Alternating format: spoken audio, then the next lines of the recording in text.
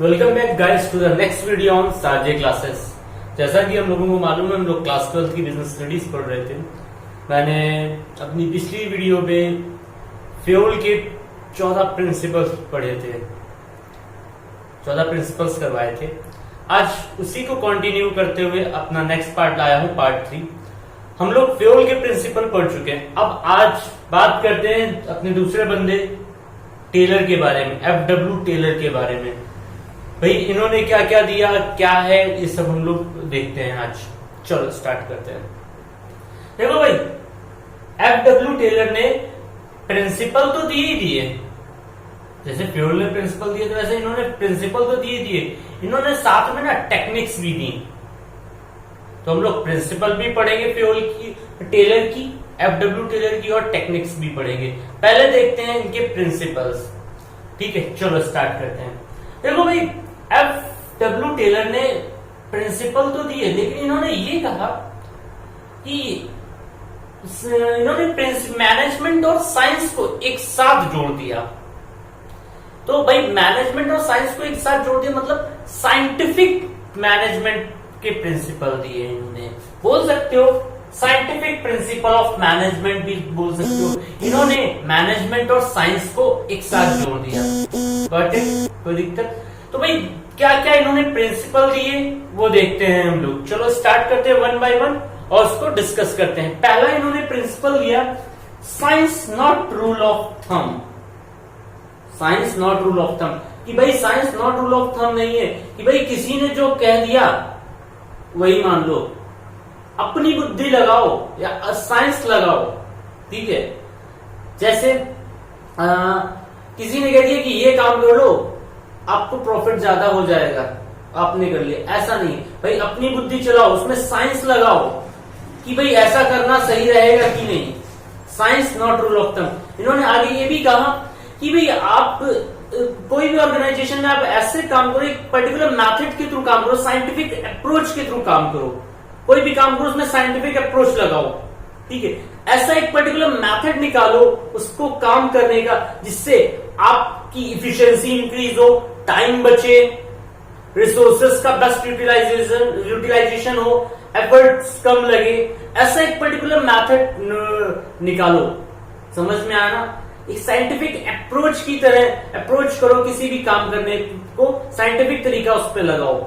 एक particular method set करो कि भाई इस मेथड के थ्रू अगर ये काम किया जाए तो बेस्ट हो जाएगा, मेरा टाइम बच जाएगा, मेरी एफर्ट कम होगी, मेरे जितने भी रिसोर्सेस उनका बेस्ट यूटिलाइजेशन होगा।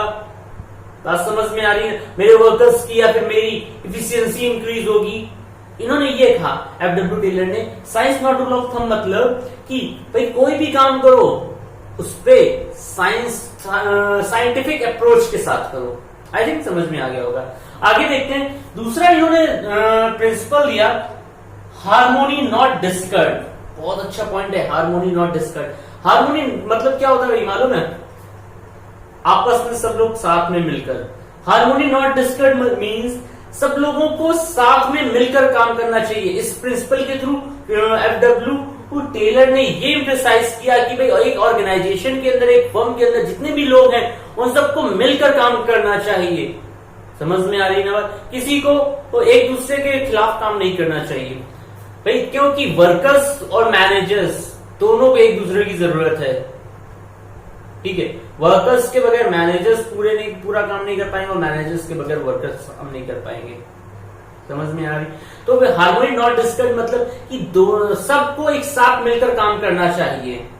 इसके लिए इन्होंने बहुत अच्छा एक चीज समझाई है, मेंटल रिवॉल्यूशन। मेंटल रिवॉल्यूशन मतलब कि भाई जो भी वर्कर्स, एग्जाम्पल के थ्रू मैं आपको समझा रहा हूं कि भाई जो भी वर्कर्स काम कर रहे हैं वो ये समझ के काम ना करें कि मैं इस कंपनी में का वर्कर हूं, एम्प्लॉय हूं। वो ये समझकर काम करें कि हाँ मैं इस कंपनी का मेंबर हूं, या ये मेरा ही परिवार है, मैं इस परिवार का मेंबर हूं, ये कंपनी मेरी है, मैं इस कंपनी का एक सदस्य हूं।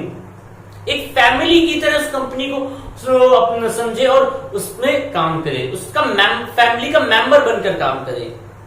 भाई जो कंपनी एक ऑर्गेनाइजेशन है उसको ये समझे कि ये एक तरह का परिवार है और मैं इस परिवार का एक सदस्य हूं। ठीक है, यही रूल उसमें भी फॉलो होगा। मैनेजर्स या फिर जो भी मालिक है वो ये समझ के काम ना करे कि भाई मैं ओनर हूं, मैं ही सारे डिसीजन लूंगा। वो भी ये समझ के काम करे कि भाई ये मेरी कंपनी है, जितने भी लोग काम कर रहे हैं ये सब मेरा परिवार है, मैं भी एक कंपनी का एक हिस्सा हूं, मैं भी कंपनी का मेंबर हूं। इसी को कहते हैं मेंटल रिवॉल्यूशन। ठीक है, समझ में आया मेंटल रिवॉल्यूशन क्या होता है? कि भाई एक कंपनी को अपना परिवार मानकर काम करना। ठीक है, तो इस हार्मोनी नॉट डिस्कर्ड के थ्रू एफडब्ल्यू टेलर जी ने यही एम्फसाइज किया कि लोगों को साथ में मिलकर काम करना चाहिए।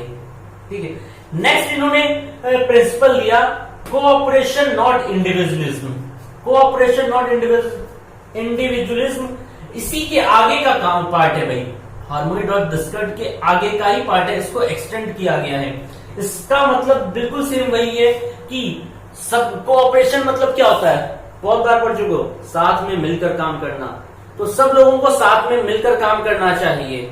ठीक है, इसका मतलब सेम यही, बस इसी के आगे का काम, आगे इसको अप्रोच कर दिया गया है। ठीक है, कोऑपरेशन नॉट इंडिविजुअलिज्म मतलब अकेले काम नहीं हो सकता, सबको मिलकर काम करना पड़ेगा, तभी काम बहुत अच्छा होगा।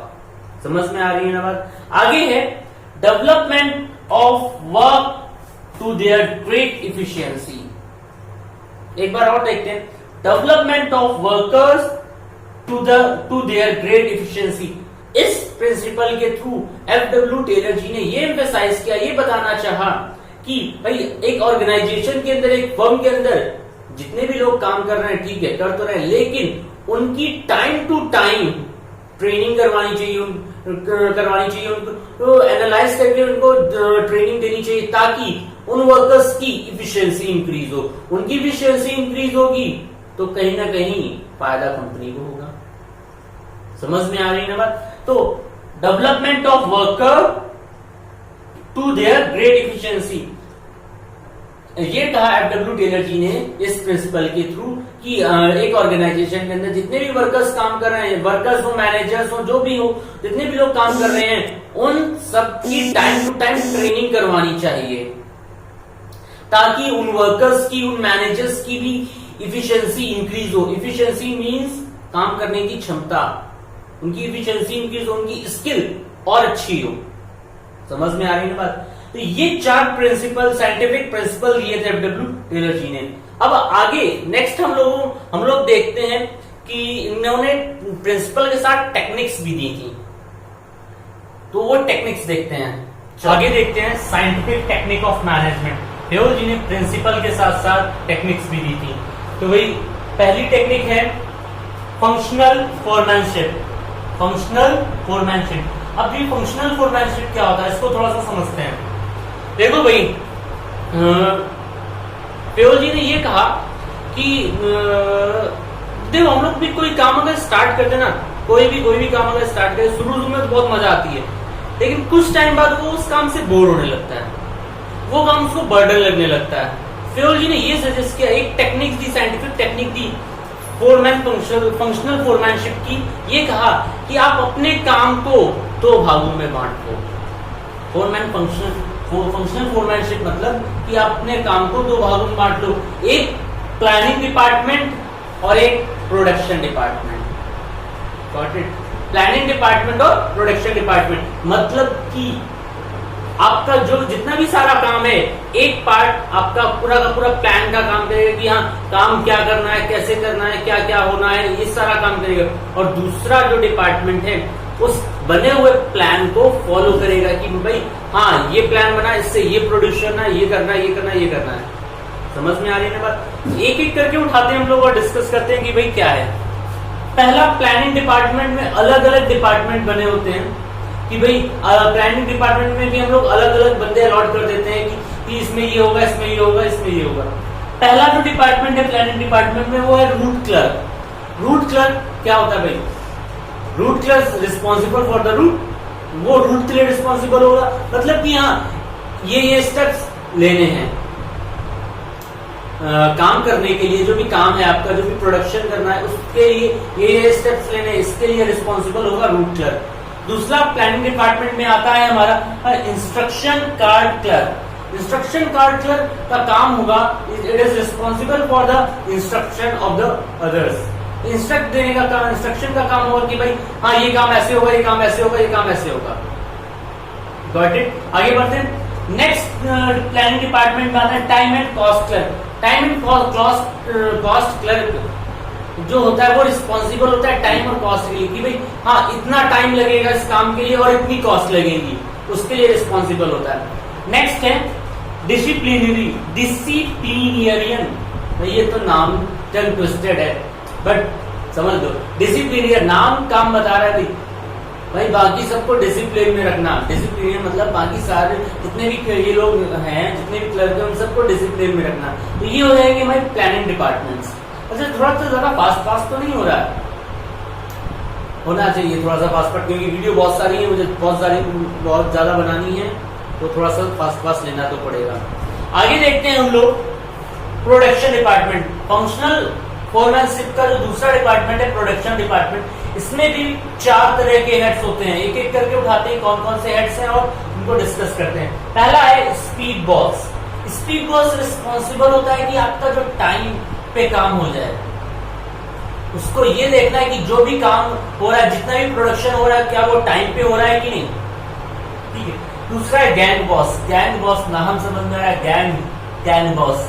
गैंग बॉस का बेसिकली काम ये होता है, ये रिस्पॉन्सिबल होता है कि जितने भी टूल्स हैं या मशीनरी हैं, उनको वो काम के लिए तैयार है कि नहीं, ready for use, ready for work है, रेडी फॉर वर्क है कि नहीं। जितने भी टूल्स हैं, जितनी भी मशीनरीज हैं, ये रिस्पॉन्सिबल होता है इसके लिए गैंग बॉस।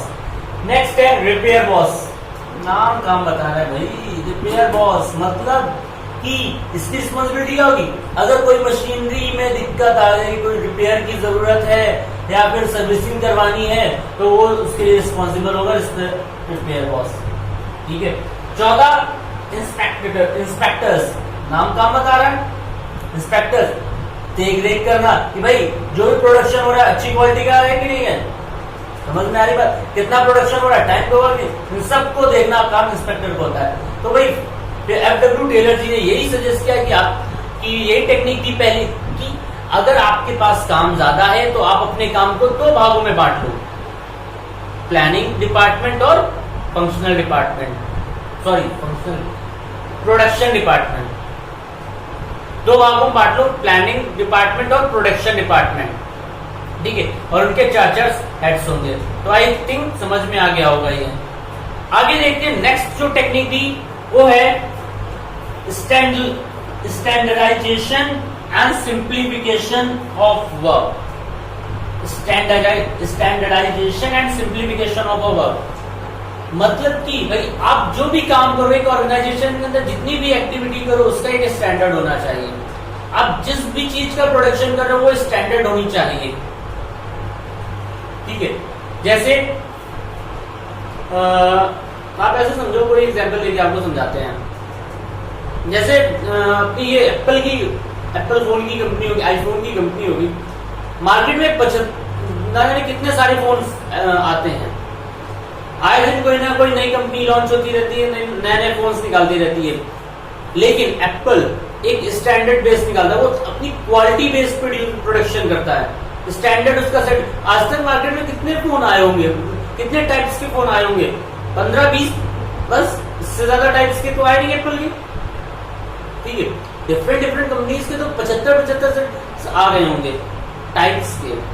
तो एक अपनी क्वालिटी को, अपने प्रोडक्शन को एक स्टैंडर्डाइज उसमें देना, स्टैंडर्ड उसका रखना कि हाँ इस स्टैंडर्ड से लो नहीं आएंगे, वो बेस्ड होगा क्वालिटी पे, शेप पे, साइज पर। ठीक है। समझ में आ रही है ना बात। आगे है सिंप्लीफिकेशन। सिंप्लीफिकेशन मीन्स भाई काम को आसान करना, फालतू के काम को हटाना। मतलब कि अगर आधे घंटे का काम है तो उसमें पूरा दिन ना लगा देना। समझ में आ रही बात, काम को हटाना। जैसे एक सामान को भाई यहां से उठाया, दूसरी जगह रखा, शाम को फिर उठाया, फिर ये रख दिया, ये क्या कर रहे हो, अपना काम ही तो बढ़ा रहे हो। तो भैया उस काम को उठा के किनारे पटक दो ना, क्यों इधर से उधर लिए जा रहे हो, उधर से इधर लिए जा रहे हो। काम को सिंप्लीफाई करना, आसान करना। ठीक है। समझ में आ रही है ना बात। तो दूसरी टेक्निक दी थी standardisation and simplification of work, FW Taylor ji ने। आगे देखते हैं थर्ड टेक्निक। आगे है तीसरी टेक्निक, वर्क स्टडी टेक्निक। इसके अंदर कई सारी टेक्निक्स हैं, एक एक करके उठाते हैं। पहली है मेथड स्टडी। मेथड स्टडी मतलब कि भाई आपकी और अपनी ऑर्गेनाइजेशन पे जो भी काम हो रहा है उसका बेस्ट मेथड पिक करना। कोई भी काम करने का बेस्ट मेथड पिक करना। भाई देखो, कोई भी काम करोगे उसके दो चार ऑल्टरनेटिव मेथड्स तो आप बना के चलते हो कि भाई इस मेथड से अगर काम अच्छा नहीं हुआ तो इस मेथड लगाएंगे, ये नहीं हुआ तो ये लगाएंगे। तो वो मेथड पिक करना जिससे आपका टाइम बच जाए, एफर्ट कम हो जाए और बेस्ट रिजल्ट मिले हमको। समझ में आ रही बात? तो पहली है मेथड स्टडी की आपको एक ऑर्गेनाइजेशन के अंदर, एक फर्म के अंदर अपना बेस्ट मेथड पिक करना। जैसे एग्जांपल के थ्रू समझते हैं कि भाई आपको अगर मार्केट जाना है, मार्केट नहीं, चलो कोई दूसरा ऑप्शन ले लेते हैं। आपको स्कूल जाना है, ठीक है, तो आपके पास तीन ऑप्शन है, पैदल चले जाओ, बाइक से चले जाओ या साइकिल से चले जाओ। बात समझ में आ रही ना? अब उसमें से आपके लिए कौन सा मेथड सबसे बेस्ट रहेगा उसको पिक करना है। भाई अगर जल्दी है, लेट हो रहा है, बाइक उठाओ चले जाओ, ठीक है। बाइक अगर नहीं है या फिर पैसे नहीं है तो भैया पैदल चले जाओ, टाइम है साइकिल से भी जा सकते हो। आपके लिए कौन सा मेथड बेस्ट रहेगा उसको पिक करना। नेक्स्ट टेक्निक दी एफडब्ल्यू टेलर जी ने, वो है मोशन स्टडी। मोशन स्टडी मतलब कि आप ऐसे समझो कि अनप्रोडक्टिव वर्क जो होता है उसको एलिमिनेट करना। अनप्रोडक्टिव वर्क को एलिमिनेट करना, जैसे कि भाई कोई भी वर्कर है, ठीक है, पता चला कि उसको इंटरवल 1 घंटे का मिलता है या फिर कुछ ड्यूरेशन का इंटरवल मिलता है। यहां पर कंपनी और खाना खाने वो 1 किलोमीटर जाता है साइकिल से या पैदल नहीं, साइकिल से 1 किलोमीटर जाता है। तो भाई इससे क्या होगा? 1 किलोमीटर अगर वो साइकिल से जाएगा फिर आएगा, टाइम की कमी, टाइम बर्बाद हो रहा है। दूसरी उसके एफर्ट्स भी लग रहा है उसमें, तो काम करने में क्या मजा आएगी उसको? तो ऐसे काम को, जो अनप्रोडक्टिव वर्क हैं उनको हटा देना। भाई वो जो 1 किलोमीटर जाके खाना खा के आ रहा है तो वो मैं उसको उठा के अपनी कंपनी के पास डाल दूं, इससे टाइम बचेगा। जितने भी वर्कर्स हैं सब वहीं पर लंच करेंगे और थोड़ा बहुत रेस्ट करेंगे और अपने काम पे जुट जाएंगे। तो मोशन स्टडी के थ्रू एफडब्ल्यू टेलर जी ने ये सजेस्ट किया कि जितने भी अनप्रोडक्टिव वर्क हैं जो आपकी काम को में अवरोध पैदा कर रहे हैं, डायरेक्टली नहीं इनडायरेक्टली, उन कामों को हटा दो, फालतू के कामों को एलिमिनेट कर दो। बात समझ में आई? अगला है टाइम स्टडी। ये तो नाम काम बता रहा है। टाइम स्टडी मतलब कि भाई इस चीज की स्टडी करना कि किसी भी काम को करने में कितना समय लग जाएगा। समझ में आ रही ना? ये तो नाम देख के ही समझ में आ रहा है कि भाई क्या होगा। ये एस्टिमेट करना कि इस काम को करने में इतना टाइम लग जाएगा, इतने टाइम में पूरा हो जाएगा, इस टाइम में प्रोडक्शन हो जाएगा, इस टाइम में ये हो जाएगा, वो हो जाएगा, ठीक है। अगला है फैटिग स्टडी। मोस्ट इंपॉर्टेंट है, इसको थोड़ा ध्यान से समझो। फैटिग स्टडी, इस स्टडी के थ्रू एफडब्ल्यू टेलर जी ने ये सजेस्ट किया कि भाई अगर आपको अपने वर्कर्स से काम अच्छा करवाना है तो उनको टाइम टू टाइम रेस्ट देना पड़ेगा। समझ में आ रही? अगर वर्कर्स को टाइम पे रेस्ट मिलेगा तो वो काम अच्छा करेंगे। समझ में आ रही है ना बात? कोई दिक्कत? देखो भाई, फैटिग स्टडी में 3 तरह के रेस्ट इंटरवल की बात करी है एफडब्ल्यू टेलर जी ने। पहले नंबर ऑफ रेस्ट इंटरवल की बात करी है, फिर ड्यूरेशन ऑफ रेस्ट इंटरवल की बात करी है और फिर तीसरा फ्रीक्वेंसी ऑफ रेस्ट इंटरवल की बात करी। तीनों रेस्ट को हम लोग समझते हैं। इस स्टडी के थ्रू एफडब्ल्यू टेलर जी ने ये समझाया, ये सजेस्ट किया कि आपके वर्कर्स को कितना रेस्ट मिलना चाहिए, कितने रेस्ट मिलने चाहिए, कितनी देर में, कितनी देर का रेस्ट मिलना चाहिए और कितने बार रेस्ट मिलना चाहिए। मतलब पहला नंबर ऑफ रेस्ट इंटरवल कि भाई आपके वर्कर्स को कितने रेस्ट मिलने चाहिए। भाई लेबर है अगर तो एक दिन का काम है तो भाई 1 रेस्ट सफिशिएंट है, 1 रेस्ट होना चाहिए, लेकिन 1 घंटे का होना चाहिए सफिशिएंट है। अगर वही मेंटली वर्क करने वाला बंदा है तो हर 2 घंटे बाद उसको रेस्ट चाहिए, भले 10 मिनट का मिले। ठीक है, तो नंबर ऑफ रेस्ट से ये समझ में आया कि भाई कितने रेस्ट देने चाहिए, तो वर्कर्स को कितने रेस्ट देने चाहिए, 5 रेस्ट दे दो कि 1 रेस्ट दे दो। ठीक है, समझ में आ रही है ना बात। आगे duration of the rest interval, सबसे मोस्ट ये duration of the rest interval मतलब कि अपने वर्कर्स को, आपको अपने वर्कर्स को कितनी देर का रेस्ट देना चाहिए। यहां तो ये मालूम चल गया नंबर ऑफ रेस्ट इंटरवल से कि कितनी रेस्ट देनी चाहिए, 1 रेस्ट देना है, 2 रेस्ट देने, 3 रेस्ट देने। वर्कर फिजिकली वर्क करने वाले हैं तो भाई 1 रेस्ट दे दो या 2 रेस्ट दे दो, सफिशिएंट है। मेंटली वर्क करने वाले तो दिन में 5 रेस्ट दे दो, भले 10-10 मिनट के दे दो। लेकिन यहां से निकल गया था duration of the rest interval कि आपको अपने वर्कर्स को जो रेस्ट दे रहे हो कितनी देर का देना चाहिए। मोस्ट इंपॉर्टेंट है, मतलब ये कैसे इंपॉर्टेंट है समझो। इसलिए इंपॉर्टेंट है कि भाई अगर आप ज्यादा टाइम का रेस्ट दे दोगे तो भी खराब है, और कम टाइम का रेस्ट दोगे तो भी खराब है। मतलब अगर कम टाइम का रेस्ट दिया तो काम करने में मन नहीं लगेगा, और ज्यादा दे दिया तो भी काम करने में मन नहीं लगेगा, आलस आने लगेगा, आलसी हो जाएगा आदमी, कहेगा यार मन नहीं कर रहा है। समझ में आ रही है बात। तो duration of the rest interval कि भाई अगर 1 रेस्ट मिल रहा है 1 घंटे का दे रहे हैं, सफिशिएंट है। मेंटली वाला 10-10 मिनट का दे रहे हैं ना, 5 बार ये दे रहे हैं, 10-10 मिनट का दे रहे हैं, सफिशिएंट है। Duration of the rest most important. तीसरा फ्रीक्वेंसी ऑफ द रेस्ट, कितनी देर में रेस्ट देना है। कि भाई लेबर था तो 4 घंटे बाद रेस्ट दे दिया, 1 घंटे का, 1 या 2 रेस्ट दे दिए 4-4 घंटे बाद। मेंटली वर्क वाला है तो 5 रेस्ट दे दिए, 5 रेस्ट दे दिए, 10-10 मिनट के दे दिए, और हर 1 घंटे बाद दे दिए। फ्रीक्वेंसी ऑफ रेस्ट मतलब कितनी देर बाद देना है, हर 1 घंटे बाद 5 रेस्ट दे दिए। समझ में आया फ्रीक्वेंसी रेस्ट इंटरवल। अगला समझाया है differential piece wage system. Differential piece wage system मतलब आप ऐसे समझो कि अगर 100 यूनिट्स का प्रोडक्शन करते हो, इसके थ्रू ये समझा, अगर आप 100 यूनिट्स का प्रोडक्शन करते हो, ठीक है, तो आपको जो मिल रहा है वो मिलता ही रहेगा। लेकिन अगर आप 90 यूनिट्स का प्रोडक्शन करते हो तो आपकी सैलरी से थोड़ा पैसा कम हो जाएगा, जितना मिल रहा है उससे थोड़ा कम मिलेगा। लेकिन अगर आप 110 से ज्यादा का प्रोडक्शन करते हो एक दिन में, ये सब एक दिन की बात करो, एक दिन में अगर 100 से ज्यादा का प्रोडक्शन करते हो तो आपको आपकी सैलरी के अलावा कुछ ना कुछ रिवॉर्ड्स मिलेंगे, कुछ एक्स्ट्रा पैसा भी मिल सकता है। समझ में आ रही। डिफरेंशियल पीस वेज सिस्टम में कि आपको वेजेस जो दी जाएगी वो पीस सिस्टम के हिसाब से दी जाएगी। आप ज्यादा प्रोडक्शन कर रहे हो तो भाई आपको उस हिसाब से सैलरी दी जाएगी। समझ में आया। अगर 100 यूनिट का टारगेट सेट किया कि एक दिन में 100 यूनिट का प्रोडक्शन करना है तो भाई 100 यूनिट पे अगर आपको प्रोडक्शन कर रहे हो तो जितना आपको मिल रहा है उतना मिलता रहेगा। लेकिन अगर आपने कम कर दिया, 100 यूनिट नहीं एक दिन में बना पाए, 90 यूनिट का प्रोडक्शन किया, तो भाई आपको जितना पैसा मिलता है उससे थोड़ा कम मिलेगा। लेकिन अगर आपने 100 से ज्यादा का प्रोडक्शन कर दिया, 110 यूनिट का प्रोडक्शन कर दिया, तो आपको आपकी सैलरी के अलावा कुछ एडिशनल एडवांटेजेस भी मिल जाएंगे। शायद एक्स्ट्रा पैसा मिल जाए या फिर एडिशनल रिवॉर्ड्स मिल जाए।